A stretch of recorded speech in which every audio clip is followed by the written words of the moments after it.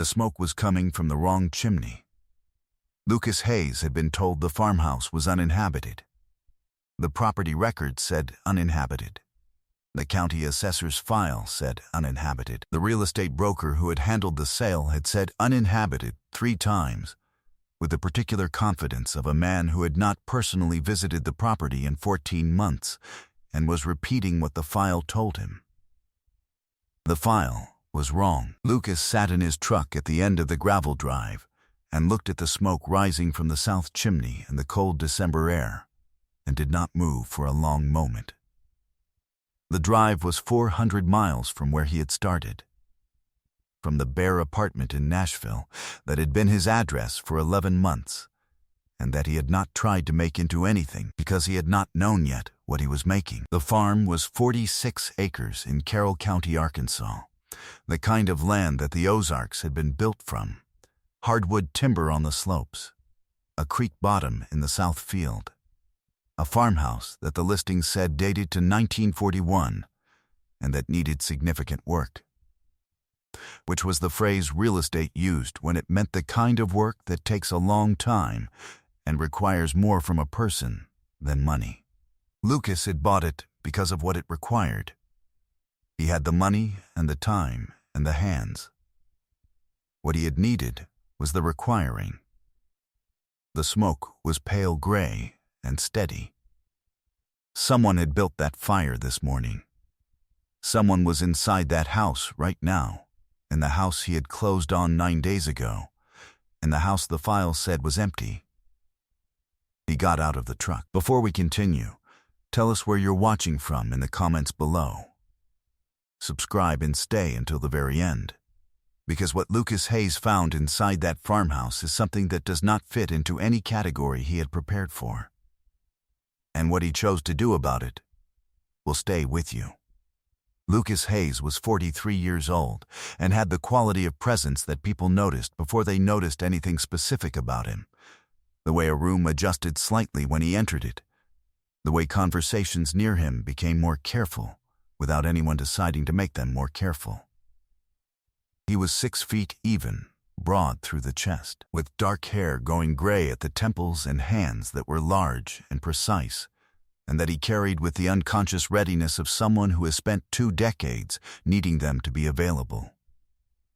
His eyes were a steady, pale hazel, the kind that read as calm in ordinary circumstances and as something considerably more intentional when the circumstances changed. He had a scar that ran along the right side of his jaw from his ear to his chin, silver white against his weathered skin. The remnant of a training incident in 2009 that he had been cleared to return to duty from in 11 days, and that he regarded, when he thought about it, as evidence of what the body could do when it was required to. He had served 20 years with Naval Special Warfare, SEAL Team 3 out of Coronado, California, 3 deployments to Iraq and 4 to Afghanistan, and 2 classified operations that his service record attributed to Joint Task Force support, and that he had signed documents agreeing not to discuss. He had retired at 42 as a senior chief petty officer, with a chest full of commendations he kept in a box in the closet of the Nashville apartment, because he had not known what walls to put them on, and a silence inside him that the apartment had not been large enough to contain. He had been good at the work. He had been good at it for a long time. The difficulty was not leaving the work behind, but discovering, in the leaving, that he had organized the whole of himself around it, without noticing he was doing so, and that what remained when it was removed was a man who was going to have to find out who he was when he was not being required to be something specific. He had seen the Carroll County listing on a Tuesday morning, sitting in the Nashville apartment with coffee he hadn't finished. And he had looked at the photographs of the farmhouse, the wide porch, the hardwood timber on the slopes behind it, the creek bottom visible in the south field through bare winter trees, and had felt something he had not felt in 11 months, which was the particular clarity that arrived when a decision was already made and was waiting for him to catch up to it. He had called the broker the same afternoon. He had driven to Carroll County that weekend to see it in person, walking the 46 acres alone in the cold with his hands in his jacket pockets, and he had stood at the edge of the creek bottom and looked back at the farmhouse on the hill, the wide porch, the south chimney. The way the land folded around the structure as if it had been placed there on purpose. And he had understood that this was not a project. It was an answer. He had closed 9 days ago.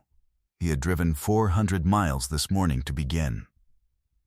He walked up the gravel drive toward the farmhouse with the particular awareness that 20 years of fieldwork had made permanent, cataloging the details that the smoke's existence implied, the details that confirmed habitation, the details he did not yet know. The porch steps had been recently swept.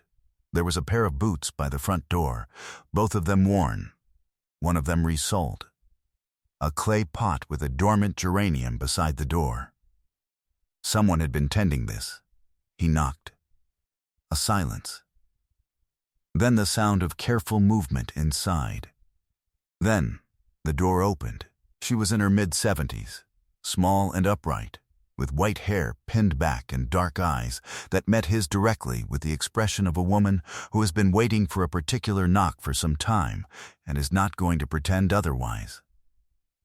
She did not look afraid. She looked the way people look when they have decided, in advance, how they are going to behave when the thing they have been dreading arrives. "You're the new owner," she said. "I am," Lucas said. "My name is Lucas Hayes." She held the door a moment longer. Then she stepped back and opened it fully. "I'm Della Birch," she said. "My husband Earl is in the kitchen. We have coffee if you'd like some." Earl Birch was 78 years old and had farmed this land for 41 of them.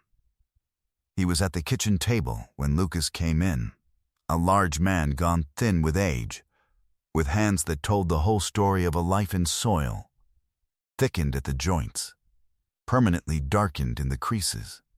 The hands of someone for whom the land had not been a commodity, but a practice, something done daily with the full weight of attention. He stood when Lucas entered the room, which cost him something, and he put out his hand, and Lucas shook it. And they looked at each other for a moment in the kitchen of a house that belonged to one of them legally, and to the other in every sense that predated law. "We knew you were coming eventually," Earl said. He did not say it as an accusation. He said it the way a man says a thing he has been carrying for a long time and is relieved to finally set on the table between them.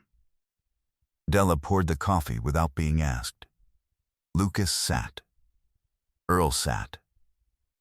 The kitchen was warm and smelled of wood smoke and something baked that morning, and the particular quality of a room that has been lived in continuously for a very long time. The story came out in pieces, the way old stories do, with Della adding the details Earl skipped, and Earl correcting the sequence when Della's memory took a different path. The way people tell stories they have told together so many times that each of them has become responsible for a different part of it. Earl's family had farmed the Carroll County land since 1953. His father had bought it from a timber company that had logged the slopes and walked away, and had spent 15 years putting the hardwood back, planting and waiting with the patience of a man who understood that a forest required a timeline longer than a human life. Earl had taken the operation over at 37. He had run cattle on the creek bottom and kept a kitchen garden and sold timber selectively.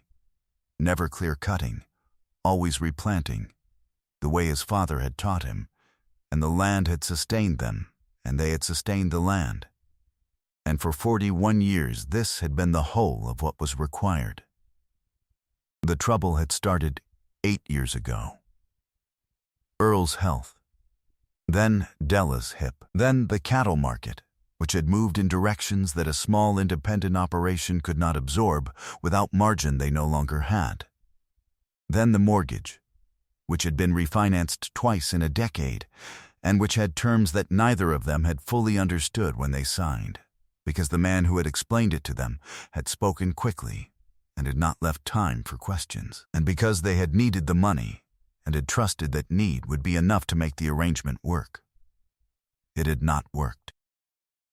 The bank was a regional institution in Fayetteville with a commercial lending division that had been, in the past 6 years, acquiring distressed rural properties in Carroll and surrounding counties through foreclosure at a rate that several advocacy organizations had noticed, and that one had documented in a report that had been submitted to the Arkansas Attorney General's office, and that was currently in a review process that moved at the speed of institutional review processes, which was not fast. The Birch Farm had gone to foreclosure 14 months ago. The bank had sold it, through a broker, to a buyer they did not know. What the bank had apparently not told the broker, and what the broker had apparently not verified, was that the Birches were still on the property. They had stayed because they had nowhere to go, and because Earl had planted the Southfields tree line in 1987, and Della had put in the kitchen garden in 1991, and leaving had not been a thing either of them had been able to fully form into an intention, even when the legal papers told them they must. "We knew we'd have to go," Della said. She held her coffee cup in both hands. "We just didn't know where. And Earl's need Della," Earl said quietly. "He's going to see it eventually," she said. "He bought the house." She looked at Lucas. "We're not asking for anything," she said. "I want you to understand that. We're not asking. We just haven't been able to make it into a plan yet." Lucas had not spoken much. He had a habit, developed over 20 years, of letting a situation complete itself before he decided what he thought about it. He looked at his coffee cup. He looked at Earl's hands on the table. He looked out the kitchen window at the south field, where the tree line Earl had planted in 1987 was visible in the winter morning light, bare and patient, the way hardwood timber is in December. He did not know yet exactly what he was going to do. He knew what he was not going to do. "Nobody's asking you to go anywhere today," he said. Earl looked at him. Della looked at her coffee. "We can't pay rent," Earl said. It came out like a fact being placed between them, not an appeal, not an excuse. A condition. "This is the situation. These are the coordinates." "I know," Lucas said. "Drink your coffee." He stayed 3 days. He slept in the back of his truck the first night, in the cold, because the house had 2 rooms and both of them were Della and Earl's, and he was not going to propose otherwise. The second night, Della put sheets on the narrow bed in the sewing room off the kitchen and told him he was being ridiculous. And he moved inside. He was not accustomed to being managed, and he found that he did not mind it. He spent the 3 days walking the property. He walked the timber on the slopes and the creek bottom and the south field, and the fence lines that needed work and the barn that needed more than that. He did not make assessments aloud. He asked questions. Earl walked the acreage with him on the second day, slowly, with the need Della had mentioned. And what he said about the land in those hours was the kind of knowledge that could not be learned from a county assessor's file, where the soil changed character along the creek, where the timber was old enough to select, and where it was still building toward that, where the south field drained in heavy rain, and where it held. He talked about the land the way men talk about something they love when they believe they are speaking about it for the last time. Lucas listened the way he had listened to intelligence briefings, completely, without interruption, storing what was said in the order it was said. On the 3rd day he drove to Eureka Springs and sat in the office of an attorney named Catherine Marsh, who had been recommended to him by a property attorney he had used in Nashville and who worked, Catherine explained when she took his call, primarily in rural property rights and agricultural law in northern Arkansas. He told her about the Birches. He told her about the bank. He told her about the report submitted to the Attorney General's office. He asked her what could be done. Catherine was quiet for a moment on the other end of the line. Then she said she had been aware of the report. She said she had 3 other Carroll County clients in similar situations. She said she had been waiting for a property owner with standing and the willingness to cooperate on a coordinated filing. "I have standing," Lucas said. "And I'm willing." He drove back to the farm. He told Della and Earl that he was not certain what the outcome would be or how long it would take, which was honest, and that in the meantime nothing was going to change about their situation at the farm, which was also honest, and that he was going to need Earl's knowledge of the property when it came time to begin work on the timber operation, which was the part that made Earl go quiet for a moment and look out the window at the south field. "What kind of work?" Earl said. "The kind that takes a long time," Lucas said. "Selective harvest. Replanting, the way your father did it." Earl looked at his hands. "That's a 40-year timeline," he said. "I know," Lucas said. "I'm 43. It works out." The coordinated filing took 4 months to prepare and was submitted to the Arkansas Attorney General's office in April, with Catherine Marsh as lead counsel and 4 Carroll County property owners as co-filers, including Lucas Hayes in his capacity as a subsequent purchaser of a foreclosed property whose original foreclosure was included in the documented pattern. The filing documented 11 foreclosures by the Fayetteville institution over 6 years that shared a common structure, commercial loan terms that reset unfavorably at year 5, with a notification procedure that Catherine's analysis showed was technically compliant and practically designed to be missed by the rural elderly borrowers who were its primary subjects. The Attorney General's office opened a formal investigation in June. The bank entered negotiations in September. The settlement, finalized in January of the following year, included a restitution fund for affected borrowers, a revised loan protocol submitted to state banking regulators, and, in a provision Catherine had insisted upon and that the bank had resisted and eventually accepted, a right of first refusal on 3 foreclosed properties that had not yet been resold, allowing the original owners to reacquire them at the foreclosure price within 18 months if they could obtain financing. Earl and Della Birch were not among those 3 families. Their property had already transferred to Lucas. That transfer could not be unwound, and Lucas did not want it to be. He wanted something different.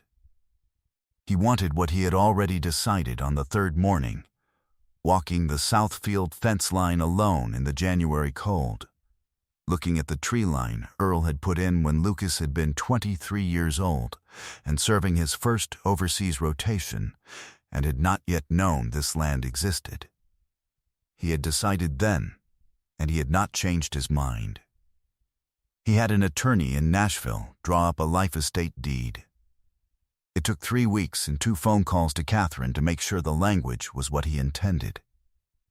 The deed granted Earl and Della Birch the legal right to reside on and use the Carroll County property for the remainder of their lives in exchange for $1, which was the minimum consideration required by Arkansas law to make a contract binding and which Lucas had paid in cash from his wallet on the day of signing, and which Earl had held in his palm for a long time after the papers were signed before he folded it and put it in his shirt pocket. Neither of them had said much at the signing. Earl had looked at the window. Della had looked at her hands. Lucas had looked at the table. The attorney had looked at his pen. It had been the quietest room Lucas had been in for a long time, and it had been the fullest. 3 years after the December morning on the gravel drive, the Carroll County farm looked the way a thing looks when it has been worked on by people who understand the difference between fixing and restoring. The Southfield fence line was tight. The barn had a new roof. The timber on the slopes was being selectively harvested for the first time in 9 years, by a crew Earl had helped Lucas hire from the county, men who knew the names of the individual trees the way Earl knew them. The creek bottom had been cleared of the invasive brush that had moved in during the years of the farm's distress, and had been reseeded with the native grass mix that Earl had researched over a winter and had written down in the margins of a notebook in handwriting that had gotten smaller, as his eyesight had gotten worse but had not gotten less precise. Earl's knee had been replaced in February, 2 years in, at a facility in Fayetteville that Lucas had driven him to and waited at in the same waiting room chairs he had waited in for other things, in other facilities, in other parts of the world, and that were not comfortable, and that he had not complained about. Earl was walking the creek bottom without the hesitation that the pain had put in his step, which was not a small thing. Della's kitchen garden had been expanded to twice its original size. She had started selling preserves at the Eureka Springs Farmers Market on Saturdays, which she had not done in 8 years, and she had a waiting list for her apple butter that had gone to 11 names by October.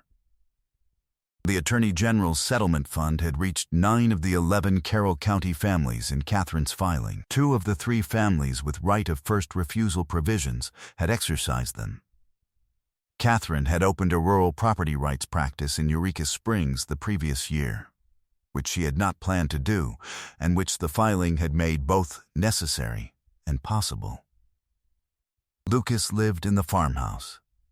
He had moved in fully in February of the first year, with the contents of the Nashville apartment, which had fit in his truck in 2 loads, and which he had unpacked in the farmhouse over a weekend, while Della reorganized the kitchen to accommodate the addition of his things with the proprietorial efficiency of a woman who has known where everything in a kitchen belongs for 41 years and is not going to stop knowing. He had not objected. He had handed her things and put them where she pointed. He got up every morning before the light and drank coffee on the wide porch, and listened to the farm come awake, the creek in the south field, the birds in the timber on the slopes, the sound of the land doing what land does when someone has been paying attention to it for long enough that it has started to pay attention back. The silence was not the silence of the Nashville apartment. It was a different kind. The kind that has weight and texture, the kind that a person could live inside rather than manage from the outside. He had not opened the box with the commendations. He did not need to yet. He knew what he had done. He was doing something now. They were not the same thing, and both of them were real. Some mornings Earl came out with his own coffee, and they sat on the porch together and did not talk much, which was the kind of company that takes a long time to find, and that Lucas had not expected to find on 46 acres in Carroll County, Arkansas, in the company of a 78-year-old man who knew the names of his trees. Sometimes what we buy is not what we think we are buying.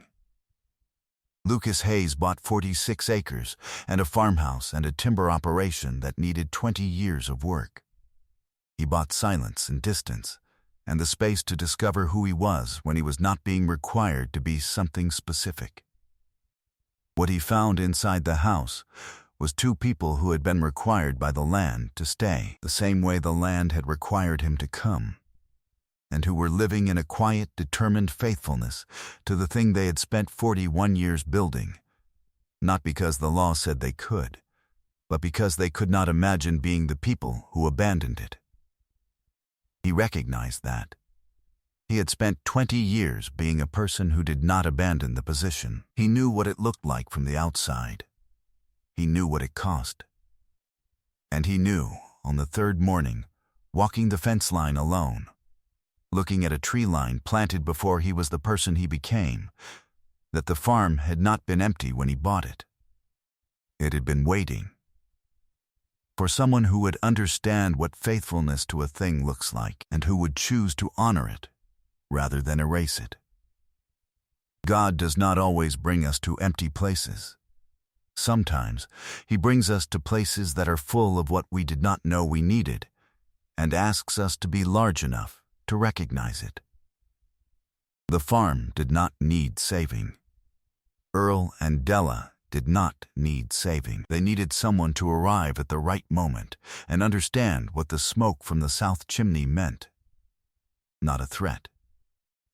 Not a problem. a sign that something was still alive here, still burning, still tended, still worth showing up for.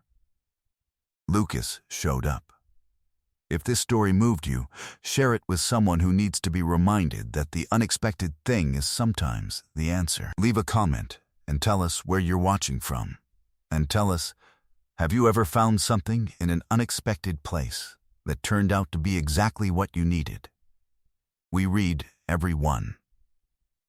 And if you believe in the stories of people who choose grace over claim and faithfulness over convenience, please subscribe so you never miss the next one. May God bless you, protect your family, and bring you one day to the smoke from the right chimney, and give you the wisdom to knock.